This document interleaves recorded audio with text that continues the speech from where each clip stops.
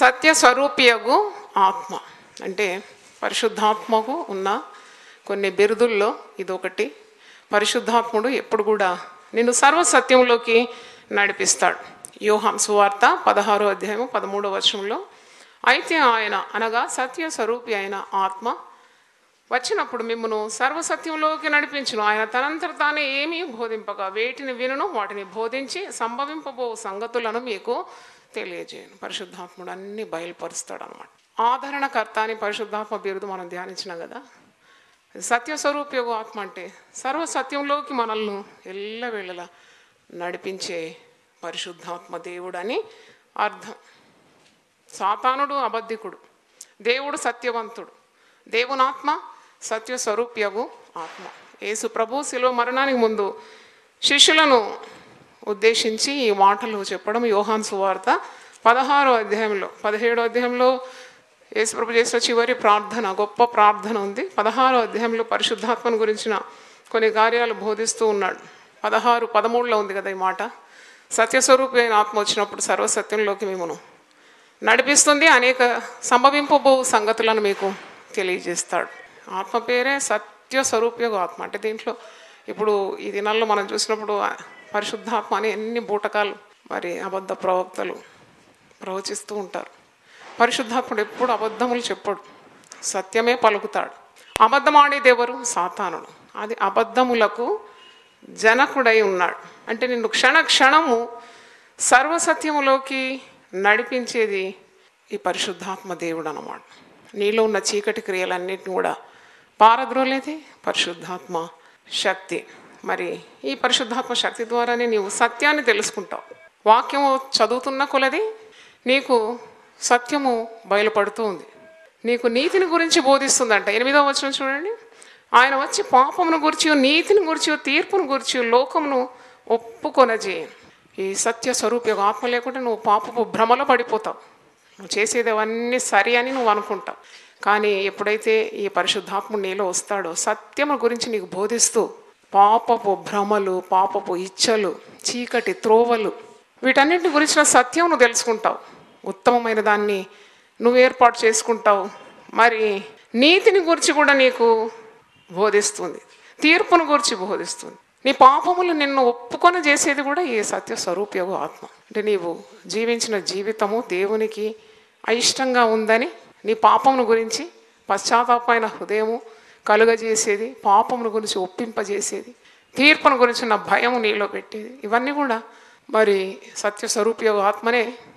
అది ఒక మానవ హృదయంలో ఇవన్నీ కూడా మార్పులు తీసుకొని వచ్చి, లేకుంటే ఎవరు యేసు ప్రభువును అంగీకరించలేదు. పరిశుద్ధాత్ముడు ఒప్పింపజేస్తేనే ఒక పాపి రక్షణ మార్గానికి వస్తున్నాడు. వాక్యం వింటున్నారు, ఆ వాక్యము వారి హృదయంలోకి దూసుకొని పోతుంది.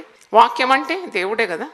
మరి ఆ వాక్యము వారు అంగీకరించడానికి, వాక్యంలో ఉన్న సత్యాన్ని గ్రహించడానికి, వారి పాపపు ఒప్పుకోలు మరి వారు తీసుకోవడానికి, పశ్చాత్తాపమైన హృదయము కలిగి ఉండడానికి, రాబో తీర్పు గురించి ఉన్న ఒప్పింపు, ఇవన్నీ చేసేది పరిశుద్ధాత్మ కార్యం. అందుకే పాపులు మారు మనసు పొందినారు, సత్య మార్గానికి వచ్చినారు అంటే సత్య స్వరూపయోగ ఆత్మ వారిని నాశనంలో నుండి జీవపు మార్గంలోకి నడిపించింది అని అర్థం అన్నమాట.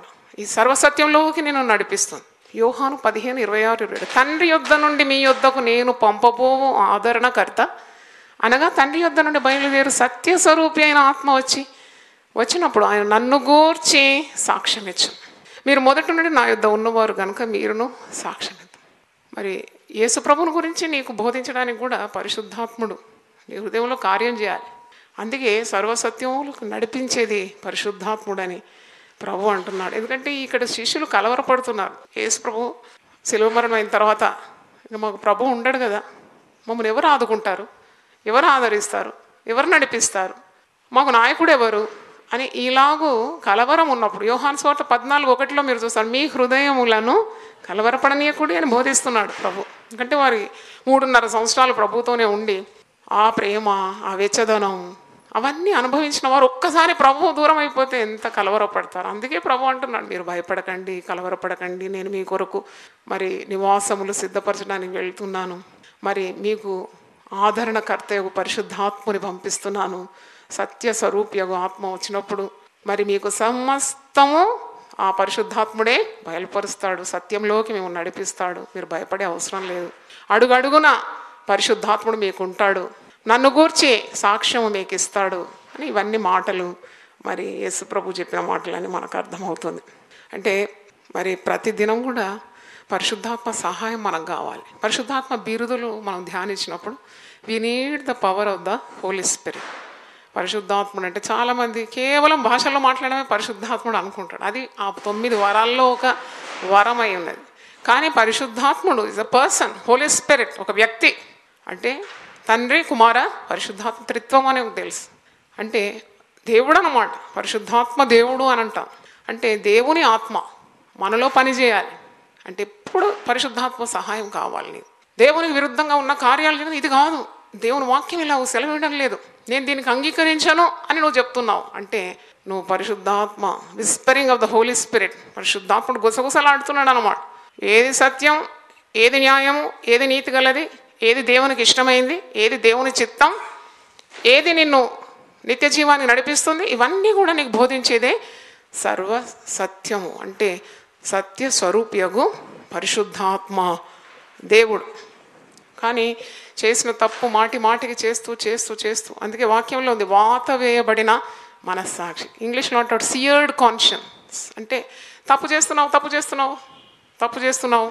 పరిశుద్ధాత్ముడు చాలాసార్లు నిన్ను గద్దిస్తున్నాడు, హెచ్చరిస్తున్నాడు. కానీ పరిశుద్ధాత్మని మరి ఆ స్వరానికి నువ్వు లొంగడం లేదంటే మొద్దుబారిపోతుంది. ఇంకా దేవుడు నీతో మాట్లాడడమే ఆపేస్తాడు. అప్పుడు నీకు ఇష్టం వచ్చిన త్రోవకు నువ్వు వెళ్ళిపోతావు. కాబట్టి ఎప్పుడు కూడా చాలా సెన్సిటివ్గా ఉండాలి. నీ హృదయము చాలా నిర్మలంగా ఉండాలి, మనస్సాక్షి నిర్మలంగా ఉండాలి.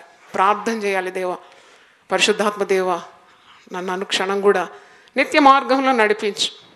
దావీదు భక్తుడు 139వ కీర్తనలో ఆఖరి వచనంలో ప్రార్థన ఉంది కదా, దేవా నీకు ఆయాసకరమైన మార్గము నా యందు ఉన్నదేమో చూడుము, నన్ను పరిశీలించి తెలుసుకో, నన్ను పరిశోధించు, నా హృదయాన్ని పరిశోధించు, నిత్య మార్గం నన్ను నడిపించు, నిత్య మార్గం నడిపించు.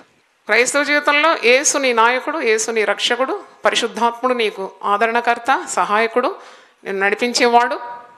తండ్రి అయిన దేవుని ప్రేమ ఎల్లప్పుడూ నీకుంది. చాలా అన్నమాట ఈ లోకంలో ఒక మంచి క్రైస్తవ జీవితం జీవించడానికి, నిత్య రాజ్యంలో నీవు ప్రవేశించడానికి. అబద్ధికుడు సాతాను, మర్చిపోవద్దు. ఎవ్రీ లై కమ్స్ ఫ్రమ్ సేటన్. వాళ్ళలో సత్యం లేదు కదా, అబద్ధాలే చెప్తూ ఉంటాడు. దేవుని వాక్యం నమ్మకుండా నిన్ను మనసును వైదొలగిస్తూ ఉంటాడు. దేవుని వాక్యం సత్యం కాదంటాడు, ఇదంతా ఉట్టిదంటాడు, మిథ్య అంటాడు, దేవుడే లేడంటాడు. ఇవన్నీ అబద్ధాలు. అబద్ధికుడు అబద్ధ మార్గంలో నడిపిస్తాడు, సత్యస్వరూప్యగు ఆత్మ నిన్ను సత్య మార్గంలో నడిపిస్తుంది. హల్లెలూయా, దేవునికి స్తోత్రం. అందుకే ఎప్పుడు పరిశుద్ధాత్మ నింపుదల కొరకు అడుగా. ఎప్పుడో నింపబడినాను పరిశుద్ధాత్మతో అంటే సరిపోదు. Every day you need the infilling of the Holy Spirit. ఉదయం లేవగానే నువ్వు అడగాలి పరిశుద్ధాత్మ సహాయం. పరిశుద్ధాత్ముడా నాలోనికి రా, పరిశుద్ధాత్మ సహాయం నాకు కావాలి, నన్ను నీ ఆత్మతో నింపు, నన్ను నడిపించు, నాకు బోధించు.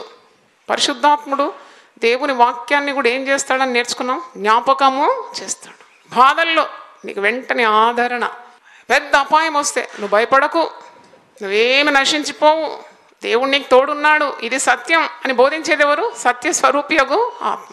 అయ్యో నువ్వు పతనం అయిపోయినావు, ఇక నీకు దిక్కు లేదు, నువ్వు నాశనం అయిపోయినావు అని అబద్ధికుడైన సాతానుడు ఎప్పుడు కూడా కృంగదీయడానికి ప్రయత్నిస్తుంటాడు. కానీ పరిశుద్ధ గ్రంథము నమ్ముకొని చెడిపోయిన వారు, పతనమైన వారు, మార్గం తప్పిన వారు, పాపంలో పడిపోయిన వారు ఎవ్వరూ లేరు. ఇది చదువుతున్న కొలది నీకు సత్యము బయలుపడుతుంది. చదువుతున్న కొలది నిన్ను ఏం చేస్తుంది? పరిశుద్ధపరుస్తుంది. చదువుతున్న కొలది నీవు మరి శ్రేష్టమైన, అతి చక్కని శ్రేష్టమైన మార్గంలో నడిపింపబడుతున్నావు అని అర్థం. దేవునికి స్తోత్రం. పరిశుద్ధాత్మ శక్తి కొరకు, నింపుదల కొరకు ఎప్పుడు కూడా ప్రార్థన చేస్తూ ఉండాలి. ఏదైనా సమస్య వచ్చినప్పుడు వెంటనే మంత్రశక్తులను సోది చెప్పేవారిని, మంత్రగాళ్లను ఆశ్రయించడం కాదు. అంటే పరిశుద్ధాత్ముడు ఏమంటాడు? వాక్యం చదువు, ప్రార్థన చేయి. మరి ఒకటి, వాక్యము అనే పేరు దేవునికి ఉంది. వాక్యం అంటే దేవునికి ఉన్న పేర్లు, గుణాలు మనం ధ్యానిస్తున్నాం. వాక్యము అంటే దేవుడు అన్నమాట. వాక్యం చెప్పేవారిని లోకం ఘనపరుస్తుంది, గౌరవిస్తుంది. ఎందుకంటే వారి హృదయంలో ఏమున్నది? వాక్యం ఉన్నది. వారు వస్తున్నారంటే వాక్యం చెప్తారు కాబట్టి, అంటే దేవుడు ఉన్నాడని అర్థం. యోహాను 1:1 నుండి కొన్ని వచనాల్లో ఉంది కదా, ఆది యందు వాక్యము ఉండెను, వాక్యము దేవుని యొద్ద ఉండెను, వాక్యము దేవుడై ఉండెను. వాక్యము మరి 14వ వచనం, ఆ వాక్యమే శరీరధారి అయి కృపా సత్య సంపూర్ణుడై మన మధ్య నివసించెను. తండ్రి వలన కలిగిన అద్వితీయ కుమారుని మహిమ వలె మనము ఆయన మహిమను కనుగొంటే. అంటే యేసుప్రభు ఈ లోకానికి వచ్చినాడు, 33.5 సంవత్సరాలు శరీరధారిగా ఉన్నాడు. అంటే వాక్యమే శరీరధారిగా కృపాసత్య సంపూర్ణిగా మన మధ్యలో నివాసము చేసిందని అర్థం. అంటే దేవుని వాక్యం ఎంత శక్తి గలది. నేను 3 MA డిగ్రీలు చేసినాను, పబ్లిక్ అడ్మినిస్ట్రేషన్, తర్వాత ఇంగ్లీష్, తర్వాత ఎకనామిక్స్, 3 PG డిగ్రీలు చేసినాను. కానీ ఆ PG డిగ్రీలు ఉన్నది కావాలంటే గంట సేపు ఎకనామిక్స్ చెప్పగలను, గంట సేపు మరి పబ్లిక్ అడ్మినిస్ట్రేషన్ చెప్పగలను, గంట సేపు ఇంగ్లీష్ బోధించగలను. ఎవరైనా మారుతారా అండి అది విని? నేను పబ్లిక్ అడ్మినిస్ట్రేషన్ బోధిస్తే ఎవరైనా మారుమనసు పొందుతారా? ఎవరు పొందారు? ఇంగ్లీష్ లిటరేచర్ చెప్తే ఎవరైనా మారుమనసు పొందుతారా? ఎవరు? కానీ దేవుని వాక్యం ఒక గంట సేపు చెప్పగానే అన్ని హృదయాలు ఏమవుతుంది? మారిపోతుంది. చప్పట్లు కొట్టి దేవుని స్తుతించాలి. అంటే నేను ఎందుకు చెప్తున్నానంటే, ఈ లోకరీతిగా ఉన్న పాండిత్యంతో నువ్వు ఒక ఆత్మను సంపాదించలేవు, ఎన్ని డిగ్రీలు ఉన్నా సంపాదించలేవు. కానీ దేవుని వాక్యం అంటే దేవుడే అన్నమాట. ఆ వాక్కులు మరి సేవకుల నోటి నుండి విడుదలైనప్పుడు మనుషుల్లో ఏం కలుగుతుంది? మార్పిడి కలుగుతుంది. దేవునికి స్తోత్రం. హల్లెలూయా. అందుకే వాక్యం అంటే దేవుడు.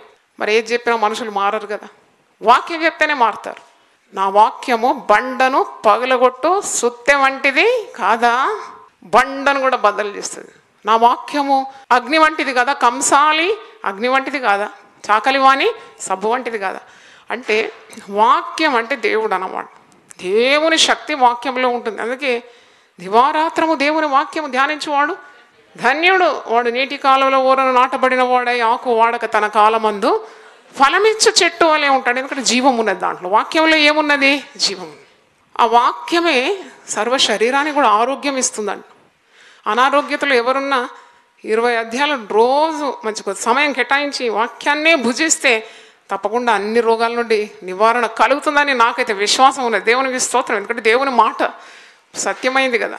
వాక్యం ధ్యానించాలి. కానీ మనము వాక్యం అంత నిండుగా ధ్యానిస్తున్నామా? సపరీక్ష చేసుకోవాలి. మనం ఏదో బైబిల్ తెరివి ఒక్క మాట చదువుతాం, ఇంకోటి ఇదే మాట. ఆ ముక్కలతో బతకకుండా సంపూర్ణమైన పరలోకం నుండి దిగి వచ్చిన జీవాహారము నేనే అన్నాడు కదా. అంటే ఆయన వాక్య రూపంగా నీతో మాట్లాడతాడు, నీకు జీవం ఇస్తాడు, నీకు శక్తినిస్తాడు అని అర్థం. మరి యాకోబు పత్రిక 1:21 ఉంది, శక్తిగల వాక్యం ఇది, మీ ఆత్మలను రక్షిస్తుంది ఈ వాక్యం. కాబట్టి మిక్కిలి సాత్వికంతో దీన్ని ఏం చేయాలి? నువ్వు అంగీకరించాలి. దేవునికి స్తోత్రం. హల్లెలూయా. సాతానుడు యేసుప్రభువును శోధించినప్పుడు కూడా ఒక మాట అంటాడు. సాతానుడు అంటున్నాడు కదా, నీకు ఆకలి అవుతుంది కదా, ఈ రాళ్ళనంతా రొట్టెలుగా మార్చుకొని తినమన్నప్పుడు ప్రభు ఒక మాట అంటాడు కదా, మనుషుడు రొట్టె వలన మాత్రం కాదు, దేవుని నోటి నుండి వచ్చే ప్రతి మాట వలన బ్రతుకుతున్నాడు. అంటే దేవుని మాటల ద్వారా నువ్వు బ్రతకవచ్చని అర్థం. 3 పూటలు నిండు తింటేనే బతుకుతామని కాదు. నువ్వు దేవుని వాక్యంలో కూర్చుంటే అది నీ శరీర ఆత్మ ప్రాణాలకు బలాన్ని తప్పకుండా ఇస్తుందని అర్థం. దేవునికి స్తోత్రం. హల్లెలూయా. ఉపవాసము చేసేవారు గమనించాలి. ఉపవాసం ఉన్నా అని చెప్పి ఉన్న లోక పనులన్నీ చేసి బయట ఎండలో తిరగడం కాదు, కానీ దేవుని రెక్కల క్రింద దేవునితో సహవాసం చేస్తూ దేవుని మాటలు ధ్యానించినప్పుడు నీకు ఆకలి మీద కూడా ధ్యాస ఉండదు. అంటే ఆకలి ఉండదు, దప్పిక ఉండదు. అలాగే దేవుని సన్నిధి అన్నమాట. So that satisfies you, your hunger for food or thirst, ఇవన్నీ కూడా పోతుందట. ఆయన సన్నిధిలో అంత ఆనందం, వాక్యంలో అంత శక్తి మనకు అర్థమవుతుంది. కనుక దేవుని వాక్యము అని పేరట. ప్రకటన 19:13 ఆయన నామం ఇది, ఆయన పేరే వాక్యం. ప్రకటన 19:13 చదవండి. రక్తములు ముంచబడిన వస్త్రం ఆయన ధరించుకొని ఉండెను, మరియు దేవుని వాక్యము అను నామము ఆయనకు పెట్టబడి ఉన్నది. దేవునికి మరో పేరేంటి? వాక్యం. హల్లెలూయా. వాక్యం పట్టుకోవడానికి కూడా మనం సిగ్గుపడదు. దేవుని వాక్యం అది పట్టుకోవడానికి కూడా సిగ్గుపడదు. మంచిగా స్టైల్గా పట్టుకొని రావాలి. హస్తభూషణం అన్నమాట. మెడ మీద ఒక నెక్లెస్ వేసుకుంటే ఎంత అందంగా కనబడతారో అలాగే అంత నెక్లెస్ లేకున్నా ఇది ఉంటే చాలు. దేవునికి స్తోత్రం. ఇది నీకు దేవుడే నీకు భూషణం కదా, వాక్యం అన్నమాట. Gives you beauty. నన్ను ఎవరైనా ఫోటోకి పోస్ట్ చేయమన్నప్పుడు ఉట్టి చేతులతో నిలబడా నేను పట్టుకుంటా. ఇది అబ్బా ఇది నా ఆస్తి, ఇది పట్టుకుంటే ఎంత చక్కగా మనం లోకానికి గడతాం. అందుకే వాక్యంలో ఫిలిప్పీలకు రాస్తూ పౌలు భక్తుడు అంటాడు, మీరు వక్ర జనము మధ్యలో జీవ వాక్యం పట్టుకొని ఎలాగున్నారు? జ్యోతుల వలె ప్రకాశిస్తున్నారు. దేవునికి స్తోత్రం. వాక్యము అను నామము మనం ధ్యానిస్తూ ఉన్నాం. ఈ వాక్యము నువ్వు అనుదినము ధ్యానిస్తూ ఉంటే నీకు నూతన శక్తి, నూతన బలం కలుగుతుంది. ఎందుకంటే దేవుని వాక్యము సజీవమైనది. అది రెండంచులు గల ఎటువంటి ఖడ్గము కంటేనూ వాడిగా ఉండి ప్రాణాత్మలను, కీళ్లను, మూలుగులను విభజించినంత మట్టుకు దూరుచు హృదయం యొక్క తలంపులను, ఆలోచనలను శోధించున్నాయి. సో డబుల్ ఎడ్జ్ సోర్డ్, రెండంచులు గల ఖడ్గమై ఉన్నది వాక్యం. మనం దేవుని వాక్యం పట్టుకొని ఈ లోకానికి ఖడ్గము ధరించిన వారి వలె ఉన్నామని కీర్తనలు ఒకసారి చూడండి. 149, 8, 9 గొలుసులతో వారి రాజులను, ఇనుప సంకెళ్లతో వారి ఘనులను బంధించుటకును, విధింపబడిన తీర్పు వారి మీద నడుపుటకును వారి చేతిలో రెండంచులు గల ఖడ్గమున్నది. ఆయన భక్తులందరికీ ఘనత ఇదే. హల్లెలూయా. ఆయన భక్తులందరికీ ఇదే ఘనత అన్నమాట. యెహోవాను స్తుతించడం. ఎప్పుడు బైబిల్ చేతిలో ఉండడం ఎంత గొప్పది కదా. కానీ కొంతమంది సిగ్గుపడతారు, ఎందుకబ్బా ఈ బైబిల్ ఇప్పుడు వద్దావు. కానీ ఎప్పుడు అనుకోదు, ఈ బైబిల్ ద్వారానే నువ్వు ఈ స్థాయికి వచ్చినావు. దేవుని స్తోత్రం. కొన్నిసార్లు ఎక్కడన్నా పెద్ద వ్యక్తులను మరి ఒకసారి పెద్ద ఇంపార్టెంట్ మీటింగ్కి వెళ్ళాల్సి వచ్చింది. అప్పుడు నేను అనుకున్నాను, ఎందుకులే బైబిల్ అని. వెంటనే హోలీ స్పిరిట్ అనేది పరిశుద్ధాత్ముడు అన్నాడు, అసలు నువ్వు ఈ స్థాయికి వచ్చింది దేని ద్వారా? బైబిల్ ద్వారానే కదా. నీకు ఇంత గర్వమా? వెంటనే భయపడి పరిశుద్ధాత్మకు లొంగిపోయి పెద్ద బైబిల్ పట్టుకొని పోయినాను. దేవునికి స్తోత్రం. ఆ రోజు గొప్ప విజయం కూడా దేవుడు ఇచ్చినాడు. హల్లెలూయా. అంటే దేవుడు తన భక్తులందరికీ ఘనత ఇస్తున్నాడు. వారి చేతిలో రెండంచులు గల ఖడ్గాన్ని పెట్టినాడు. ఇది దేవుని వాక్యం. వాక్యం అంటే దేవుడై ఉన్నది. కొన్నిసార్లు వాక్యం దేవుని సేవకులు చెప్తున్నప్పుడు వారు హెచ్చరిస్తారు, గద్దిస్తారు, ఖండిస్తారు. దేవుడు వాళ్ళని పెట్టిందే అందుకు. ఎందుకు లేకుంటే కదా. రోగం వస్తే వైద్యుడు నీకు ఇంజక్షన్ ఇస్తున్నాడు, సర్జరీ చేస్తున్నాడు కదా. మరి నీకు నొప్పి కలుగుతుంది, ఆ నొప్పి నీకు మంచి కొరకే అన్నమాట. కొందరు దేవుని సేవకులు వాక్యం చెప్తే అలుగుతారు, ముఖం మార్చుకుంటారు. నన్నే గురిపెట్టి ఈరోజు ఇది వాక్యము చెప్పిండు సేవకులు కానీ సేవకురాలు నిన్ను గురిపెట్టి చెప్తే నీ అంత అదృష్టవంతులు ఇక లోకంలో లేరు. ఎందుకంటే దేవుడు నిన్ను గురించి చింతిస్తున్నాడు, నిన్ను సరి చేస్తున్నాడు అనుకోవాలి. కానీ సేవకుల మీద అలగకూడదు. వాక్యం నీ యొద్దకు వచ్చింది అంతే. వాక్యము నీ యొద్దకు రావడం కూడా ఎంత గొప్ప అదృష్టం. ఇప్పుడు ఈ రామ్నగర్లో లక్షలాది జనం ఉన్నారు. వాక్యం ఎవరి దగ్గరకు వస్తుంది? మీ దగ్గరకు వస్తుంది. మీరు ఎవరి దగ్గరకు వచ్చినారు? దేవుని దగ్గరకు వచ్చినారు. దేవునికి స్తోత్రం. హల్లెలూయా. అంటే వాక్యము నీ యొద్దకు రావడం కూడా అదొక పెద్ద భాగ్యమే. లూకా సువార్త 3వ అధ్యాయంలో మీరు చూస్తారు, అరణ్యములో ఉన్న యోహాను యొద్దకు వాక్యము వచ్చింది. ఎంతోమంది గొప్పోళ్ళు ఉన్నారు, యాజకులు ఉన్నారు, చక్రవర్తులు ఉన్నారు, వాళ్ళ దగ్గరికి వాక్యం పోలేదాడు. లూకా సువార్త 3వ అధ్యాయం. తిబెరి కైసరు ఏలుబడిలో 15వ సంవత్సరమందు యూదేకు పొంతి పిలాతు అధిపతిగాను, గలిలేకు హేరోదు చతుర్థాధిపతిగాను, ఇతూరియ త్రికోణతి దేశములకు అతని తమ్ముడైన ఫిలిప్పు చతుర్థాధిపతిగాను, అబిలేనే దేశములకు లుసానియా అధిపతిగాను, అన్నయు కయపయు ప్రధాన యాజకులుగాను ఉన్న కాలమున అరణ్యములోనున్న జకర్యా కుమారుడైన యోహాను నొద్దకు దేవుని వాక్యము వచ్చెను. చప్పలు కొట్టి దేవుని స్తుతిద్దాం. గొప్పోళ్ళు లేరా? ధనవంతులు లేరా? నీకంటే సామర్థ్యం గల వారు లేరా? హోదా ఉన్నవారు లేరా? ఆ రోజు కూడా చతుర్థాధిపతులు, గొప్పవారు, స్థానమానం ఉన్నవారు, యాజకులు, ప్రధాన యాజకులు వీళ్ళందరూ ఉన్నారు. కానీ అరణ్యంలో జకర్యా కుమారుడైన యోహాను యొద్దకు దేవుని వాక్యము వచ్చెను. దేవుని స్తోత్రం.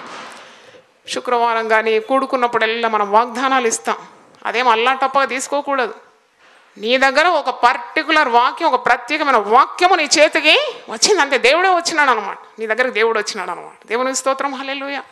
20 సంవత్సరాల నుండి ఇలా వాగ్దానాలు పంచుతున్నాం. మరి అది ప్రయాసంతో కూడిన పని. దాని కొరకు ఒక సీటు, ఒక స్టాఫ్ను పెట్టి, లేక మరి కొందరు ప్రయాసపడి రాస్తూ ఉన్నారు ప్రార్థనాపూర్వకంగా. ఆ వాక్యం నీ యొద్దకు వస్తుంది. ఆ వాక్యము సజీవం గలది. మనం ఏమన్నా వాక్యం అంటే దేవునికి మరొక పేరే కదా. వాక్యం అను నామము అతని నొసట మీద ఉండేనంటే వాక్యం అనే పేరు. ఆ వాక్యం ద్వారా ఎంత ఆదరణ పొందుతున్నావు, ఎంత ఆత్మశాంతి పొందుతున్నావు, ఎంత శక్తిని పొందుతున్నావు అంటే దాంట్లో జీవం ఉందని అర్థము. దేవునికి స్తోత్రం. హల్లెలూయా.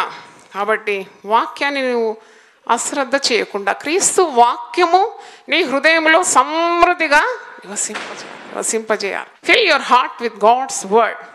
అందుకే ఈ వాక్యము గైకొను వారే ధన్యులని ఒకసారి యేసుప్రభు అంటాడు. లూకా సువార్త 11:27-28, లూక్ 11:27-28.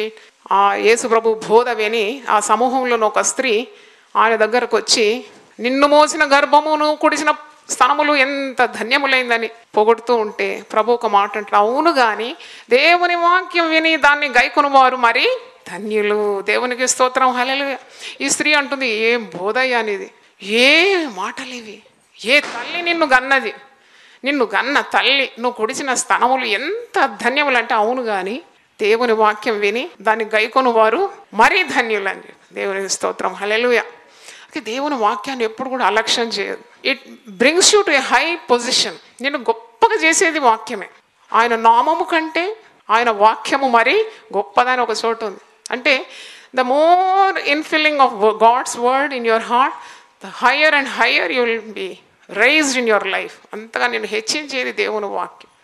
రోగం వచ్చినా కానీ పరిశుద్ధ గ్రంథంలో 107వ కీర్తన 20వ వచనం ఉంది, ఆయన తన వాక్కును పంపి వారిని బాగు చేస్తాడు. చప్పట్లు కొట్టి దేవుని స్తుతించు. ఏంటండి వైద్యులకు అంత జ్ఞానం ఉందా? అసలు వాళ్ళు అంటారు ఈ రోగం ఆ రోగం అని వారు నిర్ణయిస్తారు. తర్వాత అంటారు ఇది మా వల్ల అవ్వడం లేదంటారు, ఇంకో దగ్గరికి పొమ్మంటారు. అక్కడ ఆయన అంటాడు, మేము సాయశక్తులు ప్రయత్నించినామండి, ఇక మా చేతుల్లో లేదండి. ఇప్పుడు ఎవరి చేతిలో ఉంది అది? అది ముందే చెప్పొచ్చు కదా అని నేను అంటాను. ముందే దేవుని చేతిలో ఉందని వాక్యం చెప్తుంది. దేవుడు తన వాక్కును పంపి నిన్ను బాగు చేస్తాడు. దేవునికి స్తోత్రం. అంటే ఏ రోగం కూడా వాక్కును మించి లేదు. వాక్కు నయం చేయకుండా ఏ రోగం లేదు, మనిషికి రాదు. అందుకే వాక్కును ఆశ్రయిస్తే అది సర్వ శరీరానికి నీకు ఆరోగ్యం ఇస్తుందని మనం నేర్చుకుంటున్నాం. ఒకసారి మా నాన్నగారిని అడిగినాను, చిన్నప్పుడు అడిగినాను, నాన్న ఎన్నిసార్లు బైబిల్ చదివినారు మీరు అన్నాడు. ఒక 100 సార్ల కంటే నేను ఎక్కువ చదివినాను అన్నాడు. దేవునికి స్తోత్రం. 100 times కంటే ఎక్కువ నేను వాక్యం చదివినాను. అబ్బా అంటే చాలా ఆశ్చర్యమైంది నాకు. ఒక్కసారన్నా చదివి ముగించిన వాళ్ళు ఉన్నారంటే ఇక్కడ ఒక 2-3 ఉంటారేమో కానీ కదా, ఒక్కసారి చదివి ముగించు, ఉట్టి చదివి ముగించడం కూడా కాదు. దేవుని వాక్యం ధ్యానిస్తూ చదవాలి. నువ్వు ధ్యానిస్తూ ఉన్నప్పుడు నీకు ఏం కలుగుతుంది అని 39వ కీర్తనలో ఒక మాట ఉంది.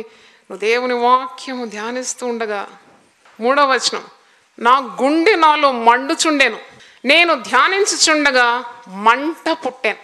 అప్పుడు నేను ఈ మాట నోరారపల్లి అంటే ధ్యానిస్తున్నాడు కీర్తనకారుడు దావీదు. ధ్యానిస్తూ హృదయంలో దేవుని వాక్యం ధ్యానిస్తూ ఉన్నప్పుడు ఏం పుట్టింది? మంట. ఎందుకు? దేవుడు ఏమై ఉన్నాడు? దహించు అగ్ని అయి ఉన్నాడు. అంతే, అగ్ని కదా దేవుడు. మరి ఆయన మాటలన్నీ కూడా అగ్ని వంటిదే. అది ధ్యానిస్తున్నావు, నీ గుండెలో మంట పుడుతుంది, దహించేస్తుంది. నీ యొక్క చీకటి అంతా కూడా, నీ రుగ్మతలన్నీ కూడా దహించగలదు దేవుని వాక్యం. హల్లెలూయా. మొదటిది ఏంటి? సత్య స్వరూపియగో ఆత్మ వాక్యము. స్తోత్రం. హల్లెలూయా. ప్రార్థన చేద్దాం. ప్రభువా, గొప్ప దేవుడు, ఎన్ని నామములు నీకు నాయన. ప్రతి నామం ధ్యానిస్తే ఎంత రుచి నాయన. హల్లెలూయా. మా యొక్క బలహీనతలన్నిటి నుండి విడిపించేదే నామము నాయన. యెహోవా నామము బలమైన దుర్గం, నీతిమంతులు అందులోకి పరిగెత్తి సురక్షితంగా ఉంటారన్నావు. నీ నామ స్మరణ, నీ నామం ధ్యానించడం, నీ నామాన్ని జ్ఞాపకం చేసుకోవడం, ఇవన్నీ మాకు దీవెనకరం. ప్రభువా, గొప్ప దేవుడు నాయన. దేవుని వాక్యం టీవీ ద్వారా విన్న వారిని కూడా మీరు దీవించండి. ఇక్కడున్న ప్రజలందరినీ మీరు ఆశీర్వదించండి. నీ నామం వారి హృదయంలో ముద్రింపబడాలని ప్రార్థిస్తున్నాను. వారి ఇబ్బందుల నుండి విడిపించండి, భయాల నుండి విడిపించండి, కృంగుదల నుండి విడిపించండి. ప్రభు, పాపంలో పడిపోతే వీరు వారిని ఉద్ధరించండి నాయన. వారి జీవితంలో వాగ్దానాలను నెరవేర్చండి ప్రభు. సత్యంలోకి వారిని నడిపించు నాయన. ఈ పరిశుద్ధ నామానికి మేము ఘనత మహిమ ప్రభావం చెల్లిస్తాం. కొద్ది మనవులు యేసు పరిశుద్ధ నామంలో అడిగి వేడుకుంటున్నాను తండ్రి. ఆమేన్. దేవుడు మనల్ని సమృద్ధిగా దీవించును గాక.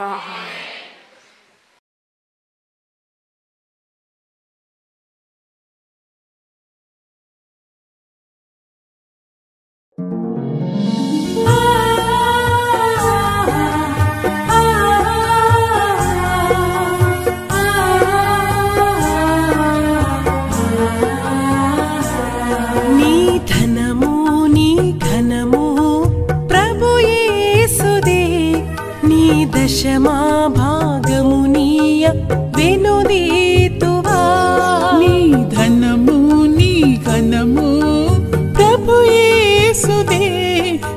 దశమా భాగమునీయ వెనుదీతువా ధరలోన ధనధాన్యములనీయగా కరుణించి కాపాడి రక్షింపగా ధరలోన ధనధాన్యములనీయగా కరుణించి కాపాడి రక్షింపగా పరలోకనాదుండు నీకీయగా మరి యేసు కొరకీయ వెనుదీతువా పరలోకనాథుండు నీకీయగా మరి యేసు కొరకీయ వెనుదీతువా నీ ధనము నీ ఘనము ప్రభు యేసుదే నీ దశమా భాగమునీయ వెనుదీతువా పాడి పంటలు ప్రభువు నీకీయగా కూడు గుట్టలు నీకు దయచేయగా పాడి పంటలు ప్రభు నీకీయగా కూడు గుట్టలు నీకు దయచేయగా వీడంగ ప్రభు యేసు నామంబును గడువేల ప్రభుకీయను క్రైస్తవా వేడంగ ప్రభు యేసు నామంబును గడువేల ప్రభుకీయను క్రైస్తవా